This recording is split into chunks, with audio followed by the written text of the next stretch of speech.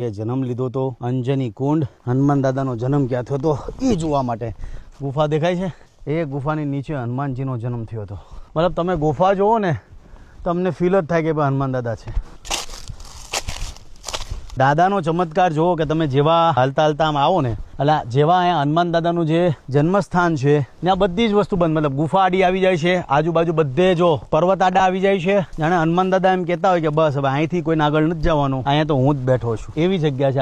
આ તમે જો જગ્યા દેખાય, તમે અહીંયા સ્ટોપ જ થઈ જાય, મતલબ તમે ક્યાંય જઈ જ ન શકો. બધી બાજુથી આખી આ મતલબ આ ચટ્ટાનોથી જગ્યા ઘેરાઈ ગઈ છે. ભાઈ જગ્યા પોઝિટિવ છે ક્યારે ખબર પડે કે જે જગ્યા પર વધારે પડતા મધ હોય, જ્યાં મધનો વાસ હોય ને એ જગ્યા પોઝિટિવ કહેવાય. હનુમાન દાદાનો જ્યાં જન્મ છે એ જગ્યાની ઉપર આજુબાજુમાં નહીં તો મને દેખાય ત્યાં સુધી 5 થી 7 મધના મોટા મોટા પૂડા છે. ઓહો, 5-7 નહીં, બહુ બધા છે. ઓહો ભાઈ, ફાઇનલી અમે આવી ગયા છીએ હનુમાન દાદાના જન્મ સ્થળ.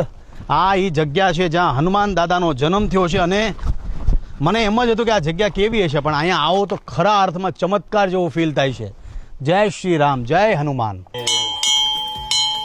राम नाम तुम रटते रटते चलो, कोई भी कठिनाई आए तुम आगे बढ़ो.